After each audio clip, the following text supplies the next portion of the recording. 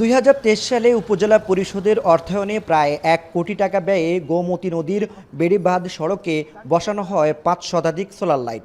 লক্ষ্য ছিল শহরের সঙ্গে গোমতীর উত্তর পাড়ের পাঁচধুবি ও আমরাতলী ইউনিয়নের মানুষের রাতের যাতায়াত সহজ ও নিরাপদ করা। দাঁড়িয়ে থাকা এক খুঁটিগুলোতেই ছিল সারি সারি সোলার লাইট। দুর্বৃত্তরা খুলে নেওয়ার ফলে এখন প্রায় 80% খুঁটিতে নেই লাইট, কোথাও খুঁটিও উধাও।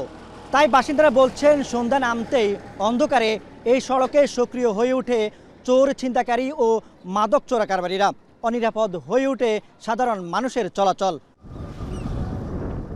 এক সময় সন্ধ্যার পর গোমতীর দুই পাড়ে পরিবার নিয়ে ঘুরতে আসতেন মানুষ। টিক্কাচর ব্রিজ সরগরম থাকতো দর্শনার্থীর ভিড়ে, কিন্তু এখন অন্ধকারে কমে গেছে মানুষের চলাচল, বেড়েছে মাদকসেবী ও অপরাধীর দৌরাত্ম্য। জানা যায় এখান থেকে ধাপে ধাপে চুরি হয় প্রায় 3 শতাধিক সোলার লাইট।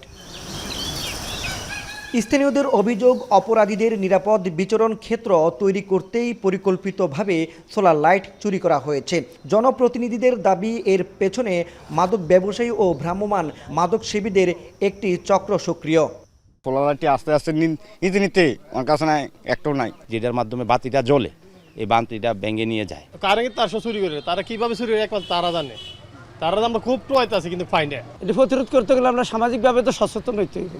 বর্তমান পরিস্থিতিতে যে এমন অবস্থা হয়ে গিয়ে দাঁড়াইছে, সোলার লাইটগুলো না থাকার কারণে মানুষ ভয়ের কারণে রাতে 7টার পর মনে করে বের হয় না, চলাফেরা করতে বের হয় না, চলাফেরা করতে ভয় পায়। ছিনতাইকারী আর নেশা যারা করে, সেবনকারী, তারা কাউকে চিনে না। চুরি হওয়া সোলার লাইট উদ্ধার ও দ্রুত নতুন করে আলোর ব্যবস্থা করার দাবি এলাকাবাসীর। এ বিষয়ে প্রয়োজনীয় ব্যবস্থা নেওয়ার আশ্বাস জেলা প্রশাসকের।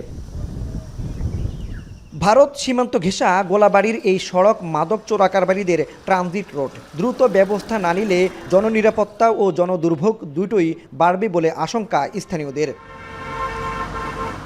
মাসুদ আলম, এখন, কুমিল্লা।